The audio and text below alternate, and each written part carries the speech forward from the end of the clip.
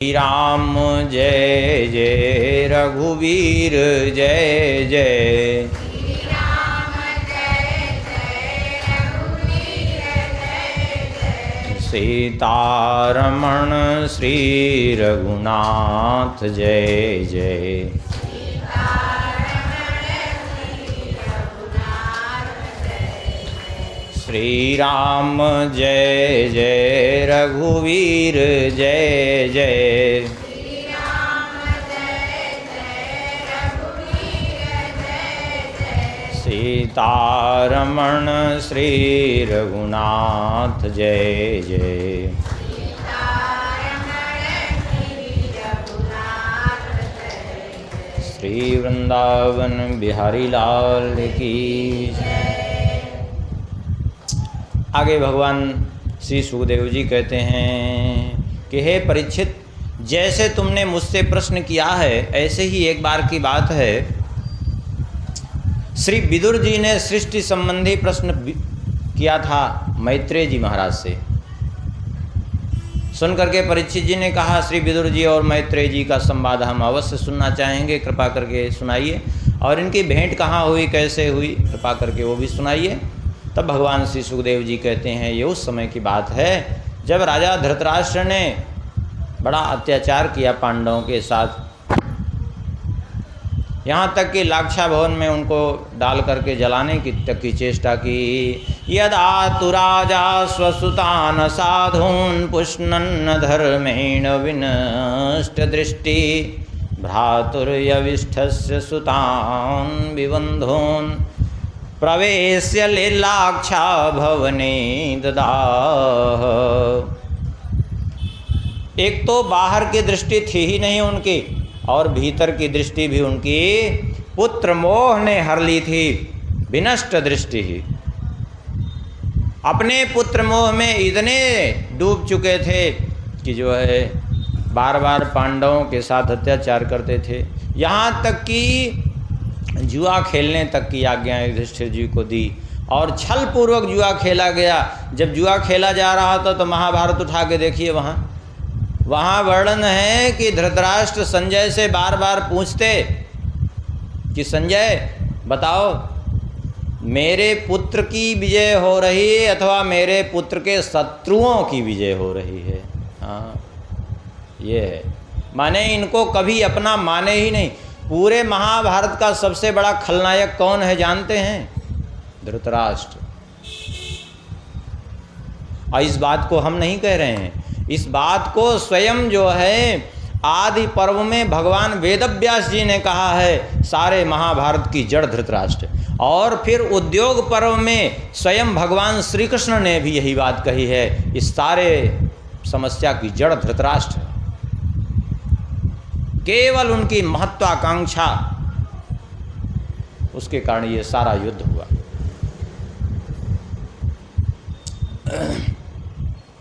लोग लगा देते हैं द्रौपदी पर कि द्रौपदी के कारण युद्ध हुआ। कल द्रौपदी जी का चरित्र सुने थे? द्रौपदी जी का चरित्र हो तो समयाभाव में इतना संक्षेप नहीं, द्रौपदी जी का चरित्र तो इतना उत्तम है कि क्या कहना है। लेकिन सारी समस्या की जड़ धृतराष्ट्र थे। आखिर में जो है धृतराष्ट्र को बहुत समझाया विदुर जी ने, लेकिन बात समझ में नहीं आई। लाक्षा भवन में जलाने तक का षड्यंत्र तक कर डाला, और उसके बाद जो है वहाँ से बच निकले भगवान की कृपा से, विदुर जी के प्रयास से। और फिर द्रौपदी जी के साथ जब विवाह हुआ, और फिर विदुर जी ने कहा, मुख पर कालिख लगी हुई है आपके, इसको धो डालिए, कम से कम भी पांडवों को बुला लीजिए। तो बुलाया तो, लेकिन इनको राज्य न दे करके बंटवारा कर दिया, और बंटवारे में दिया खांडव प्रस्थ। खांडव प्रस्थ क्यों दिया? धृतराष्ट्र ने जानबूझ करके खांडव प्रस्थ दिया था कि ये पांडव जाकर के खांडव प्रस्थ में नष्ट हो जाएं। इसलिए क्योंकि जानते थे धृतराष्ट्र की खांडव प्रस्थ में जाकर के निर्माण करना संभव नहीं है, इसलिए कि एक तो लाखों वर्ष की उजड़ी हुई बस्ती है वो, अब पूरा जंगल रूप में परिणित हो चुकी है। मैं दानव अपने 10,000 दानवों के साथ वहीं रहता है, पूरे परिवार सहित, उससे टकराना पड़ेगा। और तक्षक नाग अपने पूरे वंश के सहित वहीं रहता है, उससे भी टकराना पड़ेगा, और वहीं जा कर के ये सब नष्ट हो जाएंगे।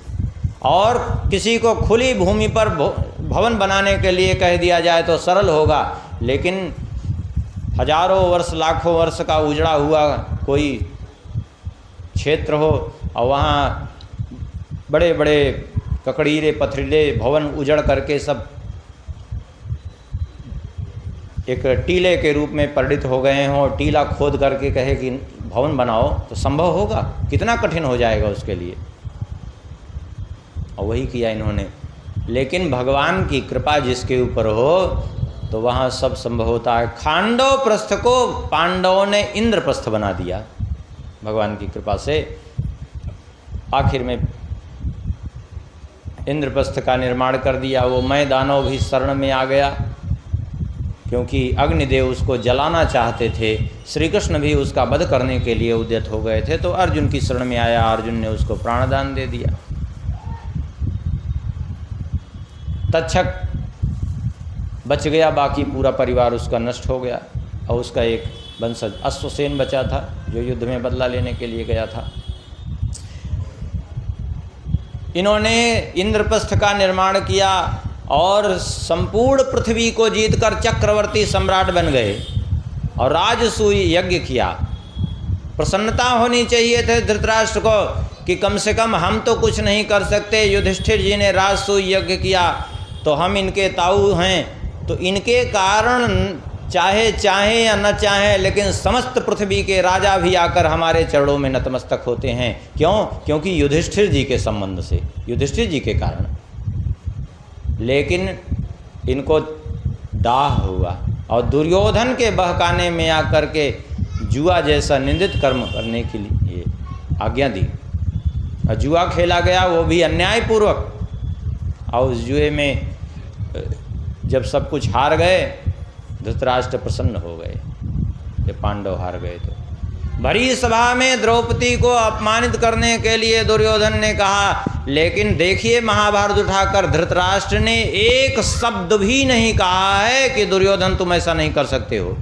यदि धृतराष्ट्र एक शब्द भी कह देते तो क्या मजाल थी, दुर्योधन का साहस था कि ऐसा वो कर देता, क्योंकि राजा धृतराष्ट्र थे और शक्ति राजा के हाथ में होती है, शासन सत्ता राजा के हाथ में होती है।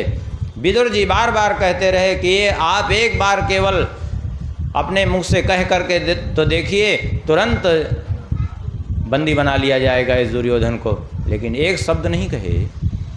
और भरी सभा में उसने जांग पीट पीट करके कहा, लाओ मेरे जंगा पर बैठाओ, लेकिन एक शब्द इन्होंने नहीं कहा। अब बोल तब फूटी जब द्रौपदी जी बेहोश होकर श्राप देने के लिए अंत में तैयार हो गई हैं। तब जा कर के ये घबराए हैं और घबरा करके कहा, कोई बात नहीं, हम तुम्हें वरदान देना चाहते हैं, मांग लो। द्रौपदी जी ने कहा, तो ठीक है, आप युधिष्ठिर जी को मुक्त कर दीजिए दासत्व से, और इनका पुत्र कभी दास पुत्र न कहलावे। तो ठीक है, दे दिया। दूसरा वरदान मांगो, तो कहा ठीक है, देना है तो ये दे दीजिए कि हमारे पांचों पति अपने अस्त्र शस्त्र सहित मुक्त हो जाएं। कहा ठीक है, दे दिया। अब तीसरा वरदान मांग लो। द्रौपदी जी ने कहा कि मैं क्षत्राणी हूँ, इसलिए तीसरा वरदान मांगने का मुझको अधिकार नहीं है, क्योंकि क्षत्रिय को 2 ही वरदान मांगने का अधिकार होता है। 2 वरदान से अधिक केवल ब्राह्मण ही मांग सकता है। केवल ब्राह्मण को ही ये शास्त्र आज्ञा करता है कि वो 100 वरदान तक मांग सकता है, बाकी कोई नहीं मांग सकता। मैं इसलिए नहीं मांगूंगी। लज्जा आनी चाहिए धृतराष्ट्र को कि ऐसी विकट परिस्थिति में भी द्रौपदी जी ने अपने धर्म का परित्याग नहीं किया, लेकिन फिर भी इनको लज्जा नहीं आई। माने ऐसी विकट परिस्थिति में वे धर्मशीलता का प्रमाण दे रही हैं द्रौपदी जी, फिर भी लज्जा में डूब मरना चाहिए, लेकिन लज्जा नहीं आई धृतराष्ट्र को, क्योंकि लज्जा होती ही थी, लज्जा थी ही नहीं, लज्जा रहेगी कहाँ से। लज्जाशील गुण का निवास होता है नेत्रों में, और नेत्र थे ही नहीं पहले से, और अंदर के विवेक के नेत्र मोह ने ग्रस लिए थे, दोनों ही नेत्रों से अंधे थे। आखिर बात समझ में आवे कैसे? लेकिन भयभीत थे तो कह दिया ठीक है, हम जाओ पूरा राज्य वापस करते हैं जो भी जीता है। जब पांडव वहाँ से चल दिए हैं तो फिर से दुर्योधन के बहकाने में बुला करके फिर से कहा जुआ खेलो। यह है धृतराष्ट्र की कुटिल नीति। और फिर चाल ये रखी गई कि 12 वर्ष का वनवास, 1 वर्ष का अज्ञातवास। यदि और अज्ञातवास कहाँ? बोले किसी नगर में राजा के महल में अथवा महल के आसपास निवास करें। ये जानबूझ कर के ये शर्त रखी गई कि कहीं वन में छुप न जाएं ये लोग। राजमहल के आसपास रहेंगे तो कहीं भी पहचान लिए जाएंगे, क्योंकि भाई एक किसी सामान्य व्यक्ति को भले ही कोई न पहचान पावे, लेकिन अभी देश का प्रधानमंत्री और राष्ट्रपति कहीं छुप पाएगा क्या? हाँ, उसको कोई न पहचाने ऐसा संभव है? सभी पहचानेंगे, सारी दुनिया उसको पहचानेगी। ऐसे ही चक्रवर्ती सम्राट थे, इनको सभी पहचान जाएंगे, और अपने आप में पांचों भाई 5 सूर्य के समान तेजस्वी, इसलिए ऐसी शर्त रखी। लेकिन फिर भी भगवती दुर्गा जी ने आशीर्वाद दिया इनको अज्ञातवास के पूर्व, और धर्मराज ने प्रकट होकर के आशीर्वाद दिया कि चिंता मत करो, 1 वर्ष तक तुम्हें कोई नहीं पहचानेगा। भगवती ने कहा सब मेरी माया से मोहित होकर के 1 वर्ष तक तुम्हें बार बार सोचेंगे भी कि ये इनको देखा है कहीं, लेकिन फिर भी न पहचान पाएंगे न तो तुमसे पूछ पाएंगे। और वही हुआ, अज्ञातवास का समय भी बिता लिया, फिर भी इनका राज्य इनको वापस नहीं किया। विदुर जी ने बार बार समझाया। इतना ही नहीं, स्वयं भगवान समझाने के लिए गए हैं। देखिए महाभारत में उठा करके कितने अध्यायों में भगवान ने समझाया है। केवल भगवान ने नहीं, भगवान जब गए थे तो बड़े बड़े ऋषि महर्षि भगवान के साथ में गए थे, भगवान के दिव्य उपदेश को सुनने के लिए, उनका प्रवचन सुनने के लिए कि भगवान की वाणी प्रकट होगी। उन सब ने समझाया है, लेकिन धृतराष्ट्र को समझ में नहीं आई है। यहाँ तक कि विराट रूप में भगवान प्रकट हो गए, जब बंदी बनाने को कहा तब भी समझ में नहीं आई। इन्होंने प्रार्थना की भगवान से कि जो है हमको अपना स्वरूप दिखा दीजिए, तो भगवान ने दर्शन भी कराया, लेकिन फिर भी समझ में नहीं आई बात। क्यों? क्योंकि इतने ज़्यादा मोह से अंधे हो चुके थे कि कुछ समझ में आनी ही नहीं थी।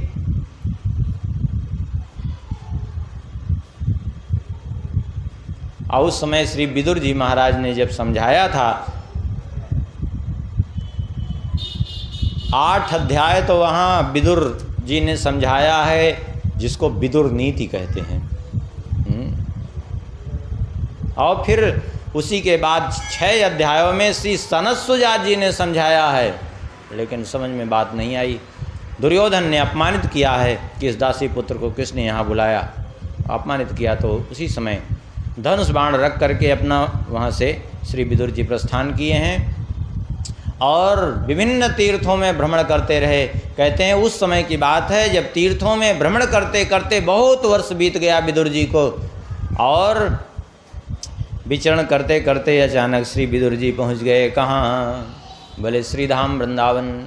जब वहाँ देखा तो सामने से आते हुए श्री उद्धव जी का दर्शन हुआ। उद्धव जी को देख करके श्री विदुर जी ने कुशल प्रश्न किया है उद्धव जी से। तब श्री उद्धव जी ने कहा कि आप कुशल प्रश्न कर रहे हैं, हम किसकी कुशल बतावें? क्योंकि जिनकी आप कुशल प्रश्न पूछ रहे हैं वे अब कोई भी इस धरती पर ही नहीं है।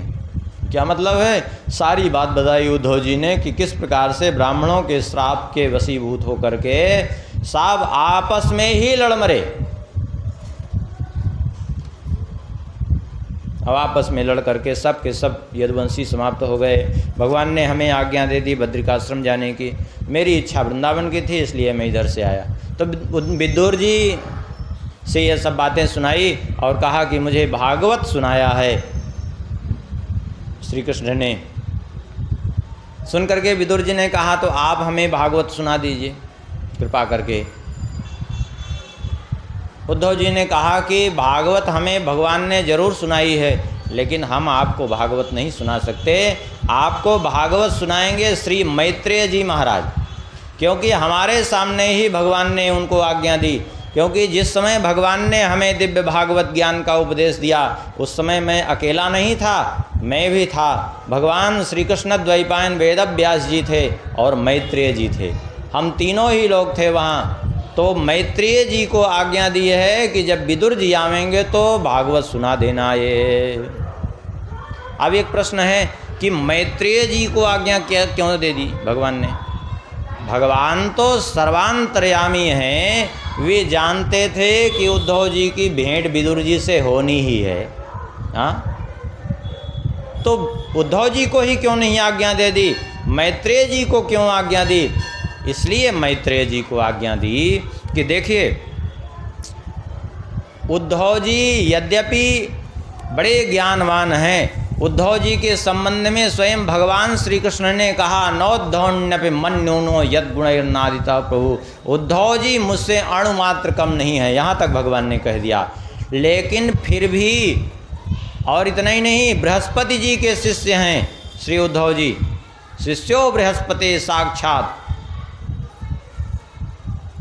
और बड़े ज्ञानवान हैं, भगवान के परम भक्त हैं, कृष्णस्य दयिता सखा। लेकिन फिर भी इसलिए भगवान ने उनको आज्ञा दी मैत्रेय जी को, क्योंकि उद्धव जी का जन्म क्षत्रिय कुल में हुआ है और उपदेश देना ब्राह्मण का धर्म है, क्षत्रिय का नहीं।